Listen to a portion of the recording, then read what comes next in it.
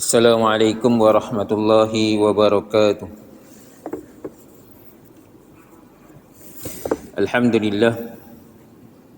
Alhamdulillah nahmaduhu wa nasta'inuhu wa nastaghfiruh wa nu'minu bihi wa natawakkalu alayh wa na'udzu billahi min shururi anfusina wa min sayyiati a'malina.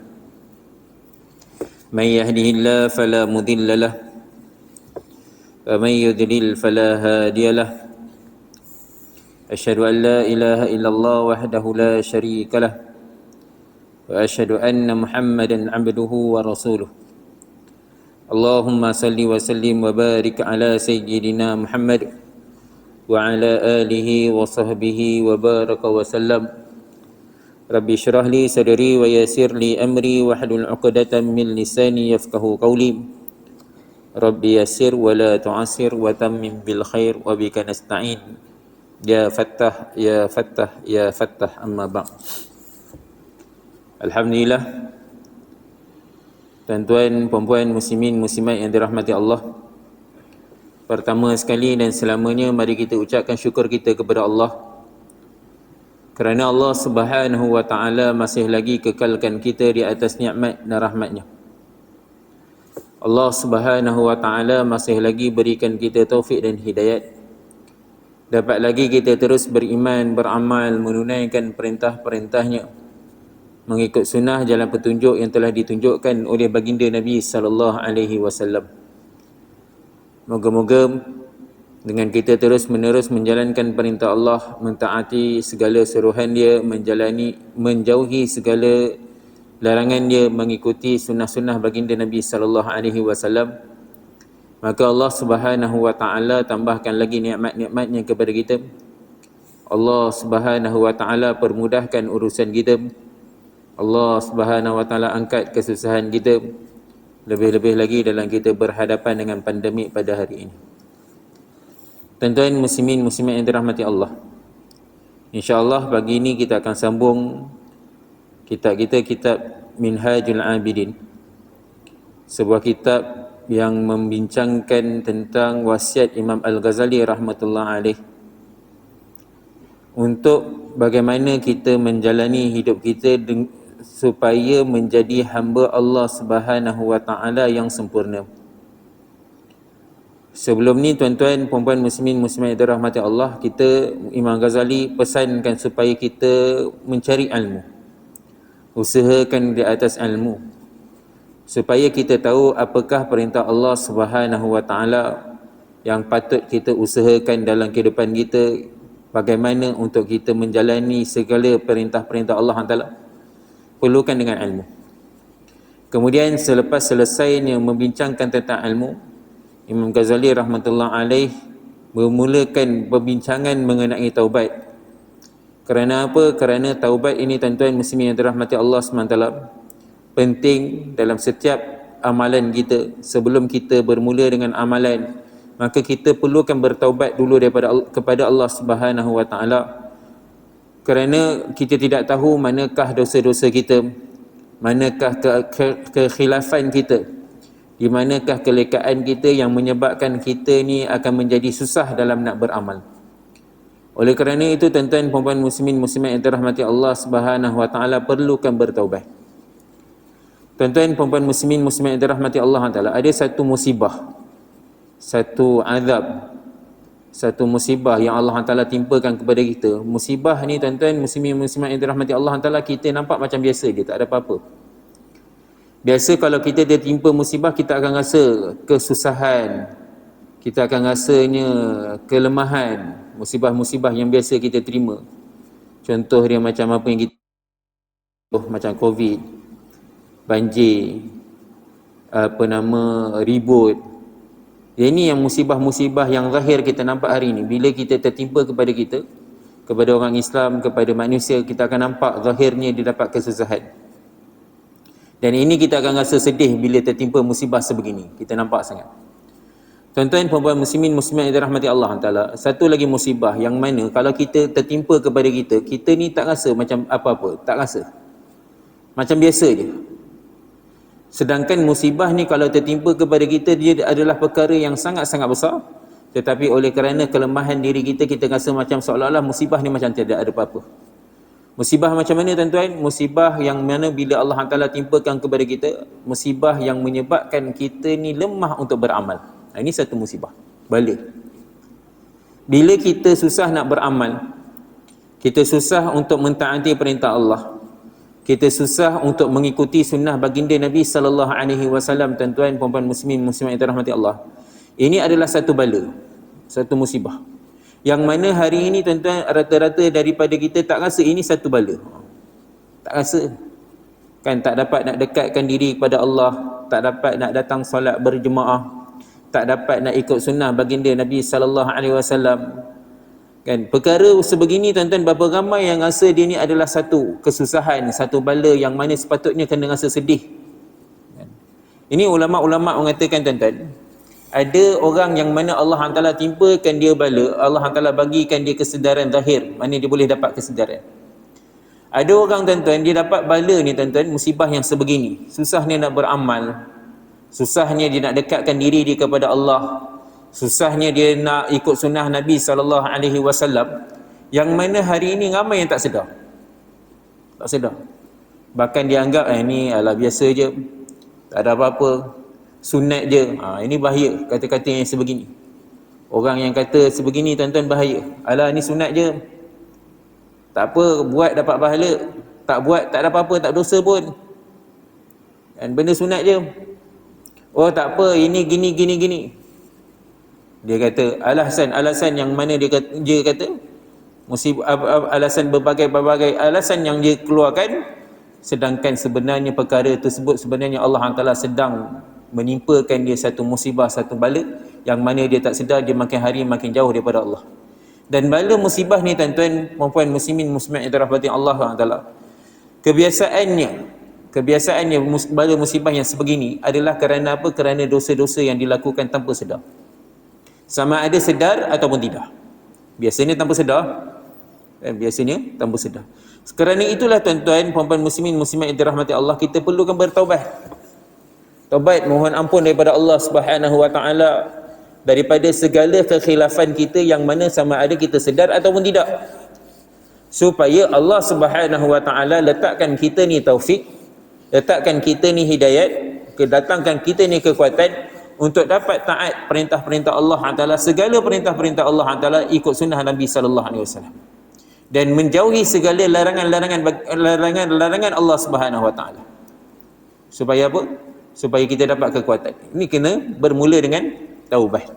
Sebab itu Maulana Imam Ghazali rahmatullah alaih mulakan perbincangan sebelum kita nak tumpukan kepada amalan, maka kita bermula dengan taubat, supaya tuan-tuan muslimin muslimat yang dirahmati Allah Taala, kita dapat kekuatan. Allah Taala berikan kita ni taufik, kekuatan untuk mendekatkan diri kita kepada Allah Subhanahu Wa Taala. Baik. Jadi tuan-tuan muslimin yang dirahmati Allah Taala, selepas Imam Ghazali menceritakan tentang permulaan taubat, beberapa perkara yang berkaitan tentang taubat, maka Imam Ghazali memulakan tajuknya dengan muqaddimah taubat. Muqaddimah, pendahuluan taubat. Taubat yang dijalankan tanpa adanya pendahuluan akan terasa berat. Oleh sebab itu dalam bertaubat terdapat 3 pendahuluan, perkara yang perlu didahulukan dalam taubat. Pertama, kita menyedari bahawa dosa adalah sesuatu yang amat buruk. Kedua, sedar dan ingat akan kerasnya hukuman dan kemurkaan Allah yang mana kita tidak akan kuat menghadapinya. Dan yang ketiga, menyedari kelemahan dan kekurangan tenaga untuk menahan semua itu. 3 perkara ni perlu ada dalam kita nak bertaubat. Dalam kita nak bertaubat kena ada. Pertama, kena tahu yang bahawasanya dosa itu adalah perkara yang sangat-sangat buruk. Dosa ni tuan-tuan, puan-puan muslimin muslimat yang dirahmati Allah Taala, perlu kita ketahui bukan hanya benda-benda yang zahir.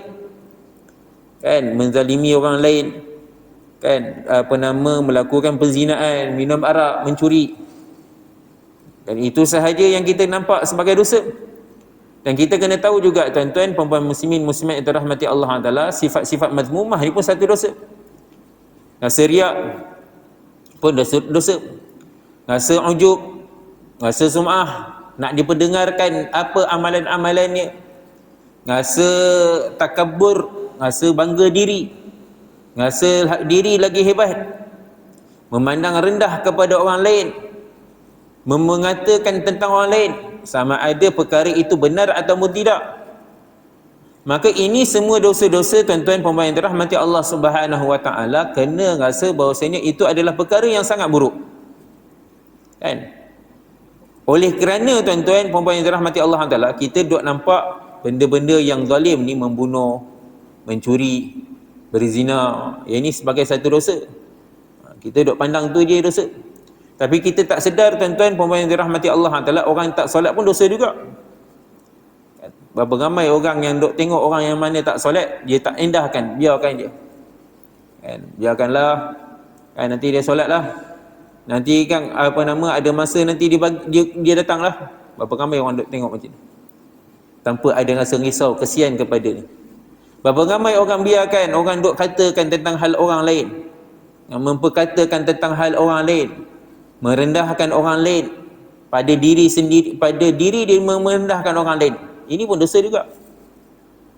Sepatutnya tuan-tuan puan-puan yang dirahmati Allah Subhanahu wa taala, perkara-perkara beginilah yang sepatutnya kita kena rasa lagi takut. Benda yang mana kita tak sedar. Tak sedar. Benda yang kita nampak, benda yang mana zahir ni kita kata kita sedar, takut. Boleh katakan semua dari antara kita mungkin takut untuk membunuh. Kan? Nak membunuh ni bukan perkara yang mudah-mudahnya. Terlanggar kucing ke terlanggar anjing pun dah rasa dah, kan, rasa geletar dah. Dah rasa gementar.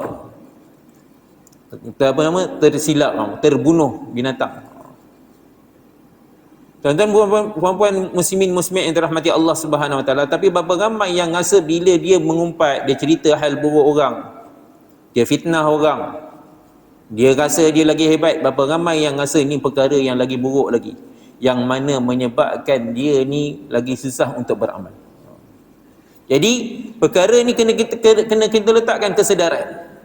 Perlu sedar yang bahawasanya dosa ni adalah satu yang amat buruk. Apa sahaja dosa, apa sahaja dosa, dia adalah perkara yang buruk.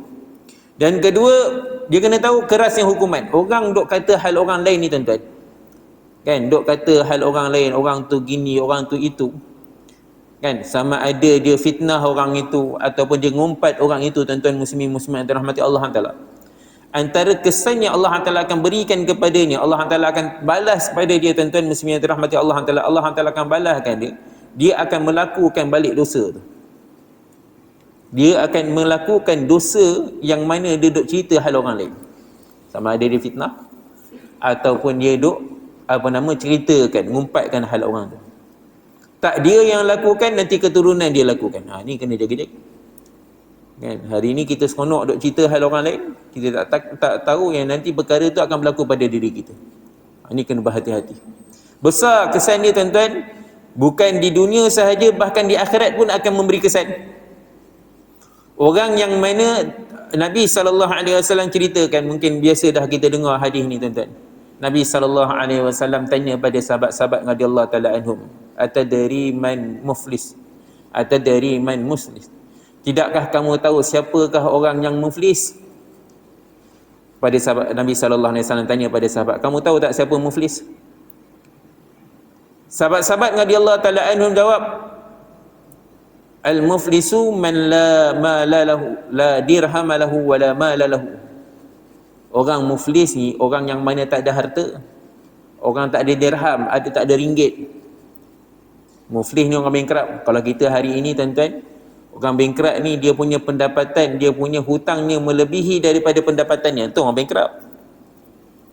Tapi Nabi SAW jawab, orang yang bankrupt ni, orang yang muflis ni, ialah orang yang mana datang dekat akhirat nanti, dia bawa amalan-amalan kebaikan, dia bawa solat dia, puasa dia, zakat dia, haji dia, dia bawa amalan yang telah diterima oleh Allah Subhanahu wa taala. Tapi kat dunia dulu dia pernah hina orang, dia pernah zalim orang, dia pernah kutuk orang, dia pernah buat macam-macam ke orang. Maka datanglah hamba-hamba Allah yang pernah dia buat jahat dulu, yang pernah dia zalimi dulu, yang pernah dia duk kata dulu, datang jumpa Allah Taala, ya Allah, dia ni dulu pernah buat jahat pada aku. Maka Allah Subhanahu wa taala perintahkan supaya amal kebaikan orang yang diadukan tadi tu, yang bawa tadi kebaikan banyak tadi, Allah Taala perintahkan amal kebaikannya dipindahkan kepada orang yang dizalimi tadi.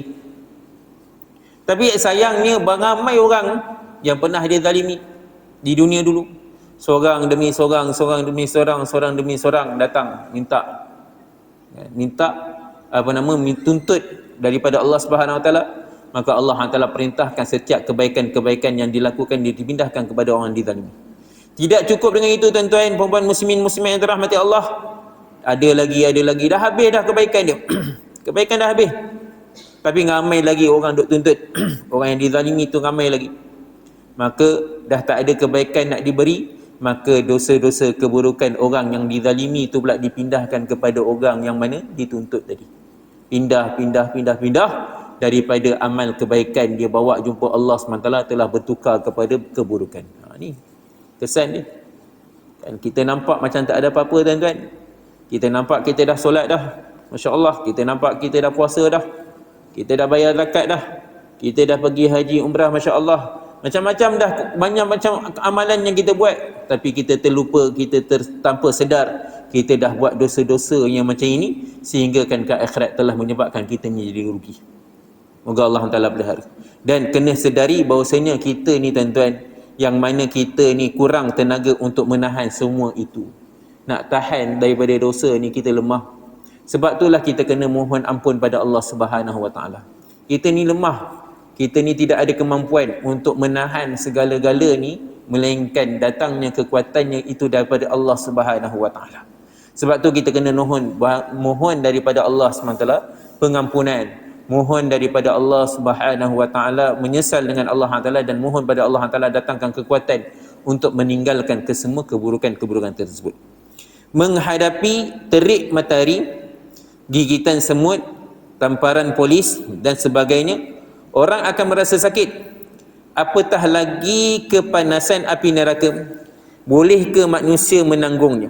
Tuan-tuan muslimin yang dirahmati Allah Subhanahu Wa Ta'ala, dosa ni menyebabkan seseorang itu boleh untuk dihumbankan ke dalam neraka. Kerana sesuatu dosa, walaupun dosa-dosa yang kecil sekalipun tuan-tuan, boleh menyebabkan seseorang itu dihumbankan ke dalam neraka. Kan ada satu kisah, kan satu orang wanita ahli ibadat, dia kuat ibadat dia, Masya Allah, tetapi oleh kerana ada satu dosa dia buat, dia dihumbankan ke dalam neraka. Dosa apa? Dia kurungnya anak kucing, dikurungnya kucing. Kan? Kucing tu mungkin suka ganggu dia. Kucing ni suka buat masalah pada dia, biasalah tuan-tuan.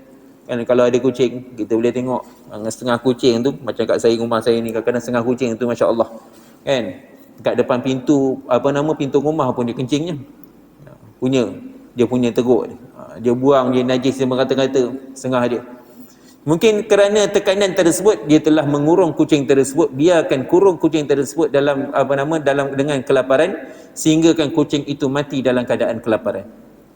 Maka satu ketika anak dia mimpi yang bahawasanya ibunya telah dimasukkan ke dalam neraka.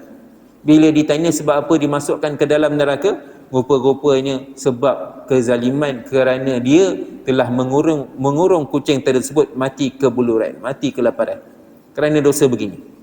Tuan-tuan puan-puan muslimin muslimat yang dirahmati Allah Subhanahu Wa Ta'ala, kan kita tak mampu, kita tak tahu mana satu dosa kita yang mana Allah Ta'ala akan boleh menyebabkan.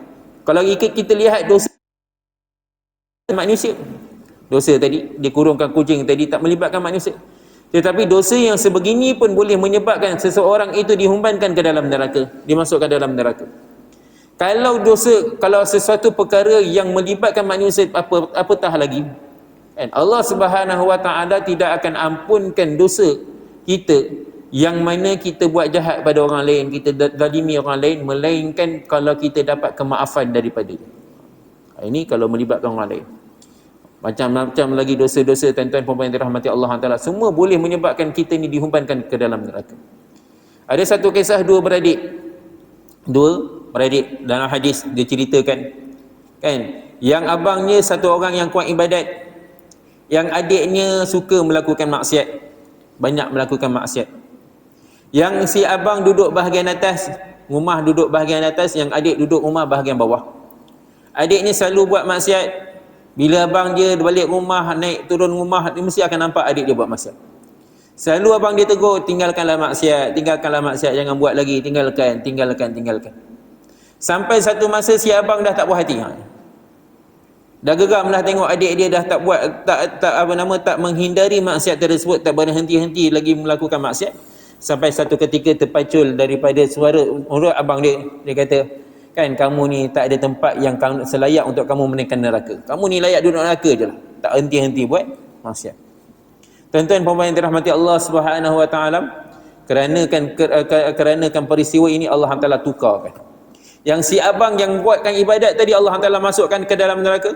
Yang si adik yang buat maksiat ni tadi Allah Taala masukkan ke dalam syurga. Ulama menceritakan keadaan ini. Kenapa si adik masuk dalam syurga, yang si abang masuk neraka? Abang tadi kuat ibadat, yang adik ni banyak maksiat. Kerana kan si adik tadi walaupun dia buat maksiat, dia sentiasa merayu pada Allah Taala. Mohon ampun pada Allah Taala, sentiasa dalam hati dia ingin kembali balik pada Allah, tapi kerana kelemahan diri dia tak boleh lagi nak tinggalkan. Tapi duk doa, ya Allah aku nak bertaubat, berilah aku kekuatan untuk bertaubat. Tak taubat-taubat sampai ke mati. Kerana keinginan dia macam itu, tuan-tuan puan-puan muslimin muslimat yang dirahmati Allah, Allah Subhanahu wa taala ampunkan dia, masukkan dia ke dalam syurga. Yang si abang, oleh kerana dia mendatangkan sesuatu perkara yang berat, kata-kata yang berat, macam seolah-olah dialah yang menentukan syurga neraka untuk seseorang. Allah Subhanahu wa taala tak suka perkataan yang macam itu, macam seolah-olah dengan amal ibadat ni lah, kerana dia punya amal lah dia boleh masuk ke dalam syurga, seolah-olah sebegitu dia rasa. Sedangkan nak masuk dalam syurga, tuan-tuan, adalah kerana apa? Kerana fadlullah, kerana kurniaan Allah, rahmat Allah, Allah Taala masukkan kita dalam syurga. Tapi dia rasa, dia ingat dia punya kelebihan amal, dia boleh masuk syurga, kan? Sehingga kan dia mengendah-endahkan orang lain. Maka kerana itu Allah Subhanahu wa taala humbankan dia ke dalam neraka. Peristiwa sebegini, tuan-tuan, kisah sebegini, bukanlah kita nak kata tak apa, buat dosa je, janji ada rasa nak taubat. Kan, jangan jadi orang ahli ibadat tapi rasa merendahkan orang lain. Ada orang kata macam ni. Kan? Ada orang kata, alah, tak semestinya orang pakai tudung ni semua baik. Tak semestinya orang tak pakai tudung tu jahat. Ada orang kata macam ni. Yang pakai tudung tak semestinya baik, yang tak pakai tudung tak semestinya jahat. Orang kata gini. Kan? Nak bagi tahu yang pentingnya amal hati tu kena baik. Ini kata-kata yang mana kata-kata batil. Kata-kata syaitan yang mana dia nak mengganggu kita ni jauh daripada perintah Allah Subhanahu wa taala. Kan? Kisah yang tadi kita sebutkan tadi bagi tahu yang bahawasanya orang yang mana pendosa tadi, melakukan maksiat tadi boleh masuk syurga. Itu nak tunjukkan rahmat Allah. Supaya apa? Kita lihat, kita jangan pandang orang lain yang mana yang masih ada kelemahan, yang ada kekurangan, dia susah untuk dapat, yang belum lagi dapat taufik, jangan kita pandang rendah pada mereka. Mungkin mereka tu lebih dapat ketinggian lagi daripada kita. Mungkin mereka ni lebih dapat kedudukan tinggi di sisi Allah Taala, kita tak tahu. Allah Taala beri kebaikan. Dan pada diri kita, kita kena rasa takut. Jangan ada sekali-kali rasa kita ni lebih hebat daripada orang lain. Kan? Takut amal ibadat kita ni tak seberapa, oleh kerana kita ada memandang rendah kepada orang lain, kita pandang hina kepada orang lain, Allah Taala humbankan kita ke dalam neraka. Nak bagi tahu, apa yang kita nak bagi tahu, dosa yang kecil ni, tuan-tuan, dosa-dosa ni kita kena takut. Kita kena risau. Sebab kalau dimasukkan ke dalam neraka, tuan-tuan, sebentar sahaja pun dah sakit. Dosa azab yang paling ringan dalam neraka. Azab yang paling ringan di dalam neraka. Kan dikatakan azab yang paling ringan di dalam neraka adalah azab yang dikenakan kepada bapa saudara baginda Nabi sallallahu alaihi wasallam, iaitu Abu Talib. Kan? Dalam azab yang paling rendah, paling ringan dalam neraka ialah seseorang itu dipakaikan kasut daripada neraka. Pakai kasut dia daripada neraka, dan daripada kasut itu dipakai otak dia menggelegak kepanasan. Ini paling ringan.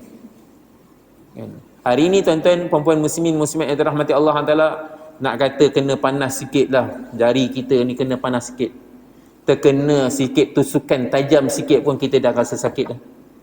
Kan? Orang terkena sakit, azab kesakitan di dunia ni dah rasa sakit. Kalau dekat dalam neraka nanti tuan-tuan, macam mana keadaannya? Kalau kat dunia ni tuan-tuan, kalau kita tak sihat, kita rasa betapa azabnya. Tak sihat kan, dianiaya, kita rasa betapa azabnya di dunia ni. Tapi kalau dalam neraka tuan-tuan, kalau diazab jauh berkali-kali ganda nak dibandingkan dengan azabnya di dunia. Ulama kata tuan-tuan, bandingan kesakitan di dunia ni dengan kesakitan di alam kubur. Nak bandingkan alam kubur dulu, belum pergi neraka. Dikumpulkan semua kesakitan-kesakitan yang ada di dalam alam dunia ni tuan-tuan, semua kumpul, paling sakit, semua sakit, kesakitan-kesakitan yang ada, nak dibandingkan kesakitan yang di dalam kubur, paling ringan, masih tak sama lagi. Dalam kubur sakit dia macam-macam lagi, azab dia macam-macam lagi. Allah Ta'ala lepaskan kala-kala jengking di dalam kubur. Allah Ta'ala lepaskan ular yang berbisa dalam kubur. Dalam hadis disebutkan, ular yang dilepaskan dalam kubur ni tuan-tuan, yang dilepaskan dalam kubur ni, kalau dia menyemburkan bisa dia di atas muka bumi ni, nescaya tempat yang mana semburan bisa tersebut terkena, tempat yang mana tumbuhan yang terkena bisa tersebut, maka pasti dia akan mati, kering puntang.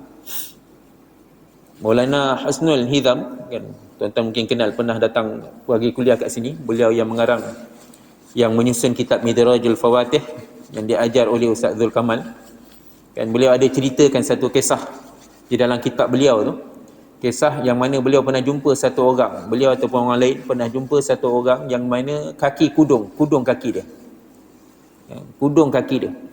Dia tanya sebab apa kudung kaki kan, kenapa kudung kaki dia terputus. Dia cerita satu ketika dia ni lari daripada unta. Unta ni satu sifat dia pendendam. Dia kenal orang tu, dia dendam dengan orang tu. Kalau dia dendam dengan orang tu, memang dia akan kejar, dia tak akan berhenti. Kejar sampai dapat unta. Jadi hamba Allah ni dia lari daripada unta tersebut. Lari sampai dia jumpa satu lubang. Dalam lubang, dia nampak lubang tersebut, maka dia pun masuk dalam lubang tersebut, dan unta tersebut ditunggu. Dan orang ni masuk dalam lubang, hamba Allah Ta'ala ni masuk dalam lubang, unta tu tunggu tak tepi lubang tersebut. Bila hamba Allah Ta'ala tu masuk dalam lubang, dia tengok dalam lubang tu, rupa-rupa ni adalah kubur. Dan ada jenazah, dan jenazah itu dibelit oleh seekor ular. Dia dah ketakutan, tengok ke atas ada unta masih lagi tunggu dia, bagaimana dia tak keluar, dia akan kena. Tiba-tiba tuan-tuan, nak jadikan keadaan yang Allah Ta'ala buat, ular tersebut dia tidak mengganggu yang hamba Allah Ta'ala, tapi ular itu pergi patuknya unta yang duduk dekat atas tadi.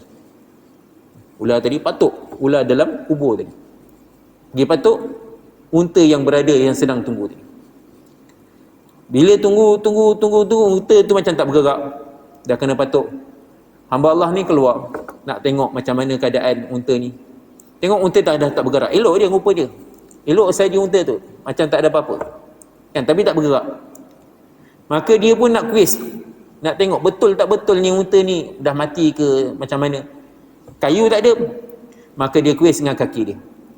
Bila dia tendang, dia kuis nak usik dengan kaki dia tuan-tuan kan, kaki dia termasuk dalam badan unta tersebut. Bila masuk dalam badan unta tersebut, hancur badan unta tersebut, dan kaki dia pun rosak, terkena bisa ular tersebut kan, terpaksa dipotong. Ni kesan ular daripada kubur, ular kubur kan, azab dalam kubur. Jadi tuan-tuan puan-puan yang dirahmati Allah SWT, azab dalam kubur ni kalau nak dicampurkan semua kesakitan azab dalam kubur, nak dibandingkan azab di padang mahsyar, jauh beza kan. Padang mahsyar pun ada azab-azab dia kan, macam-macam azab ada orang ditenggelamkan dengan peluh dia sendiri kan, azab di padang mahsyar. Ada orang tuan-tuan dia lemas dengan peluh dia sendiri, terlalu panasnya keadaan padang mahsyar tu, terlalu panas, orang berpeluh. Ada orang peluh dia tenggelam dalam peluh dia takat buku lali je. Ada orang sampai ke lutut dia. Ada orang sampai ke paras pinggang dia. Ada orang sampai ke paras dagu dia ni. Kan dia dah angkat kepala gitu, lemah. Orang diazab dengan peluh sendiri, bukan banjir. Bukan air banjir. Air sungai bukan. Tapi dia ditenggelamkan dengan peluh dia. Macam mana tu tuan-tuan? Itu Allah Taala punya kerja. Azab. Dan nak dibandingkan ke semua kesakitan-kesakitan mahsyar, tidak sama dengan satu je kesakitan yang ada di dalam neraka. Tak sama. Kan? Azab di dalam neraka. Jadi tuan-tuan puan-puan yang dirahmati Allah Taala, ini azab dalam neraka. Sebab apa kita ceritakan tentang azab dalam neraka? Kan? Kenapa kita ceritakan tentang azab dalam neraka? Kan? Ulama kita kata tuan-tuan, dalam kita menceritakan tentang kelebihan-kelebihan, kita menceritakan janji-janji baiknya Allah Taala, kita dah tahu dah tentang syurga. Kita kena tahu juga janji wa'id, ancaman-ancaman yang Allah Taala sediakan kepada hamba-hamba dia yang mana tidak taat kepada dia. Kita kena tahu juga apa yang ada. Satu ketika Allah Taala perintahkan malaikat Jibril pergi tengok syurga. Bila syurga Allah Taala dah ciptakan malaikat Jibril, dah ciptakan syurga, Allah Taala perintahkan malaikat Jibril pergi tengok dalam syurga. Bila malaikat Jibril kembali kepada Allah Subhanahu Wa Taala, Allah Taala tanya pada malaikat Jibril, macam mana kamu tengok syurga? Maka malaikat Jibril kata, ya Allah, aku tengok syurga ni, aku rasa tak ada hamba-hambamu yang mana tak ada teringin nak masuk syurga. Semua nak masuk syurga. Maka Allah SWT pagarikan syurga itu dengan perkara-perkara yang mana perkara yang bertentangan dengan nafsu, berlawanan dengan kehendak diri. Maka bila Jibril AS tengok, malaikat Jibril kata, tuan-tuan puan-puan muslimin muslimat yang dirahmati Allah Taala, aku khawatir tak ada daripada hamba-hambamu yang boleh masuk dalam syurga. Sebab apa? Banyak perkara-perkara yang mana berlawanan dengan nafsu, pagar-pagar dia yang mana tak boleh nak lepas. Bila Allah Taala ciptakan neraka, Allah Taala perintahkan pula Jibril AS pergi tengok neraka. Bila Jibril AS tengok neraka, maka Jibril kata, ya Allah, aku rasa tak ada hamba-hambamu yang nak masuk neraka, semua takut nak masuk neraka. Tapi Allah Taala pagari neraka dengan perkara-perkara yang disukai oleh nafsu. Perkara yang nafsu suka Allah Taala letakkan, pagarkan dengan di neraka. Maka malaikat Jibril kata, ya Allah, aku rasa kan ramai hamba-hambamu akan terjerumus di dalam neraka. Nauzubillah min zalik. Jadi tuan-tuan puan-puan yang dirahmati Allah Subhanahu Wa Taala, kita tak tahu ke mana ke tempat kita. Kan? Kita tak tahu tempat kita di mana. Sebab itulah ulama kita kata minta supaya kita ada khauf dan raja. Ada sentiasa ada harap dan takut. Sentiasa harapkan bantuan daripada Allah, taufik daripada Allah. Kan sentiasa takut dengan kemurkaan Allah. Moga-moga kita dapat selamat. Kan? Ini kepanasan api neraka. Kan? Kalau kita kat dunia ni pun tak tahan dengan kerosakan, dengan kesusahan, dengan musibah yang berlaku di dunia ni, bagaimana kalau kita dihumbankan ke dalam neraka? Kan lagi-lagilah kita tidak tahan. Belum lagi sisaan oleh malaikat Zabaniyah, gigitan ular yang besar, tidak kurang juga leher unta dan gigitan kala jengking sebesar keldai. Semuanya itu adalah ciptaan Allah dari api yang keluar dari tempat murkanya dan di tempat kesesaannya. Nauzubillah min dzalik. Dengan mengingati semua itu, ia akan memudahkan kita untuk bertaubat. Akan tapi jika tidak mengingatinya, apa lagi jika langsung tidak mempercayai kewujudan neraka, tidak mungkin seseorang itu mahu bertaubat. Maka dia akan mengejek orang-orang yang bertaubat. Ini sebab kita kena cerita tentang neraka. Kita kena tahu apa keadaan neraka, bagaimana azabnya dalam neraka. Kalau dunia ini kita tak mampu untuk menahan kesusahannya, dalam neraka lagi teruk. Maka bila kita memikirkan azabnya apa dalam neraka, maka kita akan rasa sesal. Kita akan rasa kesal dengan keburukan kejahatan yang kita lakukan. Maka kat situlah baru dapatnya kekuatan untuk kita bertaubat. Orang yang mana mempercayai tentang azab neraka, maka dia akan rasa bertaubat.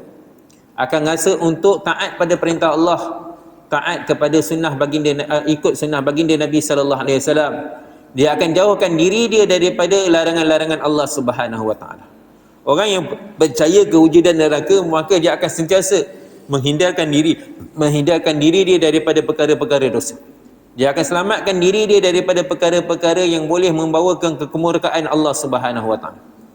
Tak payah nak kata neraka dah tuan-tuan. Hari ini pun tuan-tuan, kalau Allah Taala timpakan kemurkaan hari ini, bala-bala yang Allah Taala timpakan hari ini tuan-tuan, atas kezaliman manusia itu sendiri.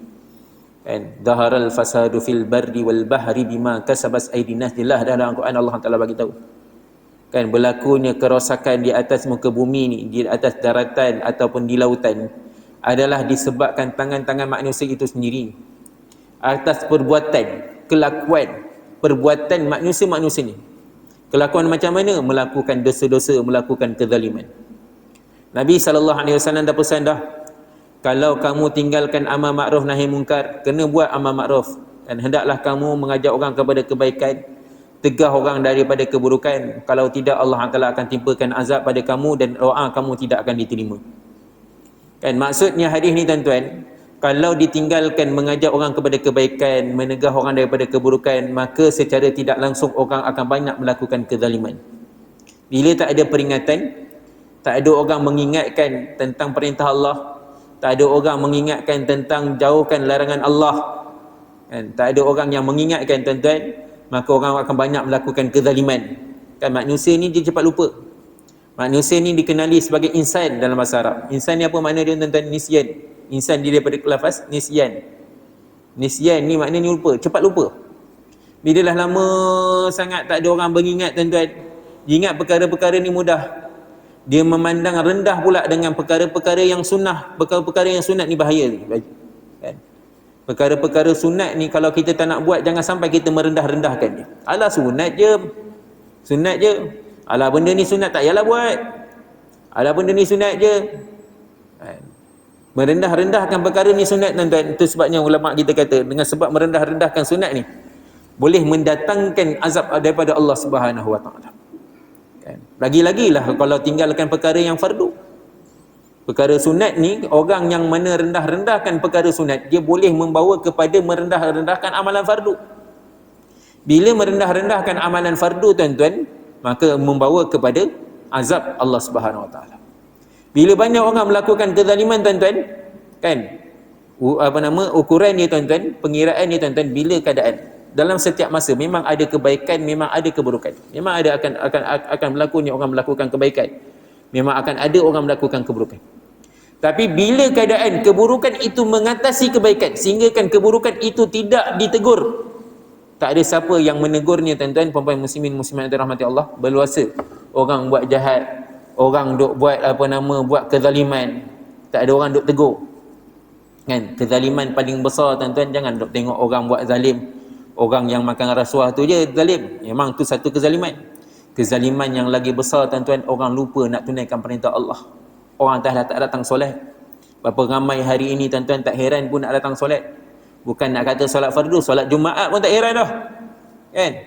Alasan-alasan yang dia kata gini gitu, gini gitu. Kan? Kalau ke tempat lain boleh, tapi untuk datang solat ni tak boleh. Kan? Kat rumah pun tak solat. Kan? Kat rumah pun tak solat. Pula. Kan? Merendah-rendahkan perintah-perintah Allah, maka Allah Taala turunkan azab. Kan? Musibah ni datang kerana apa? Kerana banyaknya kezaliman yang berlaku. Jadi untuk elakkan kezaliman ni tuan-tuan puan-puan yang dirahmati Allah Subhanahu Wa Taala, kerana itu Nabi SAW pesan, ajak orang kepada kebaikan, ajak orang. Kan, kena ada ngajak orang kepada kebaikan, tegah daripada keburukan, supaya apa tuan-tuan puan-puan yang dirahmati Allah Subhanahu Wa Taala, ada peringatan. Maka bila ada peringatan tuan-tuan puan-puan yang dirahmati Allah Taala, kezaliman itu secara tidak langsung dapat dikurangkan, kurang sehingga kebaikan itu melampaui, maka Allah Taala akan selamatkan keadaan masyarakat. Jadi tuan-tuan puan-puan yang dirahmati Allah Subhanahu Wa Taala, kan, bila ada peringatan baru orang tahu, ini perkara ni tak boleh buat, ni perkara ni kena jauhkan, ni perkara ni kena tinggalkan. Manusia ni perlukan peringatan. Dia sentiasa perlukan peringatan, selalu kena beringat, ingat, supaya apa tuan-tuan puan-puan yang dirahmati Allah SWT tak jadi lupa. Orang yang mana buat kebaikan pun perlukan peringatan. Orang yang buat kebaikan pun, yang buat amal soleh pun perlu peringatan. Ada masa tuan-tuan orang buat amal soleh, tanpa dia sedar rupa-rupanya amal soleh yang dia buat tu dah terpesong. Dia perlukan peringatan, perlukan suasana, perlukan kekuatan untuk buat amal soleh itu tulus kerana Allah Taala. orang buat amal soleh. Ni kan pula tuan-tuan orang yang mana memang tak buat amal, kan, orang yang mana jauh daripada perintah-perintah Allah Subhanahu Wa Taala, lagi-lagilah perlukan peringatan. Sebab tu tuan-tuan puan-puan yang dirahmati Allah Subhanahu Wa Taala, untuk diri kita, kan, ya Allah Taala dah beri taufik untuk kita beramal. Allah Taala beri taufik kita untuk datang solat berjemaah, masya-Allah. Jangan kita rasa bangga, jangan kita rasa sombong. Kerana apa tuan-tuan, yang datangkan kita ni, datang dapat kita kekuatan untuk datang solat berjemaah. Kita jaga perintah-perintah Allah Taala ni adalah daripada Allah Taala. Kan? Kita rasa syukur sangat-sangat, dan dengan syukur itu tuan-tuan puan-puan yang dirahmati Allah Taala, gunakanlah kesempatan ni untuk sentiasa jaga istiqamah. Istiqamah. Dan kepada sahabat-sahabat kita, kawan-kawan kita, teman tetangga kita tuan-tuan yang mana belum lagi datang, kita kena rasa sangka baik pada mereka. Kan mungkin ada mereka ni ada halat, ada perkara-perkara yang mengganggu mereka, mereka tak dapat hadir lagi. Kita doa pada mereka, moga Allah Taala bukakan taufik pada mereka, kekuatan pada mereka, Allah Taala datangkan mereka ke dalam, datang untuk tunaikan perintah-perintah Allah. Dan di samping itu juga kita datanglah ziarah, tanya-tanya dia apa khabar, kan, ada apa-apa masalah ke, ada apa-apa ke yang mana kita boleh bantu, kan. Hari ini kita tengok, bila kita gerakkan bantuan, pergi rumah ke rumah bantu, kita akan nampak orang ni, oh rupanya ramai lagi orang perlukan bantuan. Yang itu dari segi hakikat dunia. Zahir dunia kita nampak, tuan-tuan puan-puan yang dirahmati Allah Taala, hakikatnya untuk akhirat ni, amalan akhirat, taat perintah Allah, ikut sunnah Nabi SAW, ramai lagi perlukan datang ke rumah dia untuk dapatkan peringatan. Sebab tu tuan-tuan, kita tak boleh berpada duduk kat masjid saja. Kita tunggu sahaja di masjid, kita dapat dah hidayat. Bukan hanya orang kat masjid sahaja perlu dapatkan hidayat, tapi ramai lagi orang hari ni tuan-tuan, yang mana mereka ni perlu didatangi, perlu diziarahi untuk sama-sama diperingatkan tentang perintah Allah Subhanahu Wa Taala. Kita datang bukan kita nak merendahkan dia, tapi kita nak ingatkan diri kita, sama-sama nak bawa dia datang ke rumah Allah Taala, tunaikan perintah Allah Taala dengan sempurna. Kan kita nak kata dia tak solat, bukan kita kata kita pergi rumah dia sebab dia tak solat, tak, kan. Tangga baik kita dia solat, tapi kita nakkan mereka ni tunaikan perintah Allah Taala lebih sempurna, kan. Solat di rumah ni solat benar, tapi ada pandangan-pandangan ulama tuan-tuan, kan, kalau katakanlah tempat itu didengari azan, solat tempat tu didengari azan, kawasan tu didengari azan, kalau solat di rumah, solatnya kat rumah tu tak dikira, kan. Ada pandangan ulama, pandangan yang macam ni, pandangan yang keras, kan. Azan sampai ke rumah dia dengar azan, tapi dia solat kat rumah, solat yang macam itu tak dikira di sisi Allah Subhanahu Wa Taala. Auzubillah min zalik. Jadi tuan-tuan puan-puan yang dirahmati Allah Subhanahu Wa Taala, ni perkara-perkara yang sebegini perlukan taufik dan hidayat daripada Allah Taala. Kita kena doa pada Allah Taala, kena mohon pada Allah Taala, berikanlah kita kekuatan pada kita, pada teman kita, jiran tetangga kita. Moga-moga semua ni dapat datang kepada perintah Allah, kan. Musibah bala ni datang kerana datang ni pun daripada Allah, pasti ada sebabnya Allah Taala datangkan musibah ni. Tak dapat tidak tuan-tuan puan-puan muslimin muslimat yang dirahmati Allah Taala, bala musibah ni untuk kita orang mukmin ni tuan-tuan adalah peringatan. Peringatan supaya apa? Supaya kita kembali balik pada Allah. Peringatan jangan kita fikirkan hanya kita sahaja untuk kembali pada Allah, sama-sama juga kita fikirkan supaya semua setiap hamba Allah Taala ni kembali balik pada Allah. Jadi tuan-tuan puan-puan yang dirahmati Allah Taala, saya rasa sampai sini sahaja. Moga yang baik ini datang daripada Allah, yang lemah kurang kelemahan diri saya minta maaf, tak ampun. Kita tutup majlis dengan tasbih kafarah dan surah Al-Subhanallah bihamdihi, subhanakallah bihamdika, asyhadu an la ilaha illa anta, astaghfiruka wa atubu ilaik. Bismillahirrahmanirrahim. Al-'asr, innal insana lafi khusr illa alladziina aamanu wa 'amilus shalihaati wa tawassaw bil haqq wa tawassaw bis sabr. Assalamualaikum warahmatullahi wabarakatuh.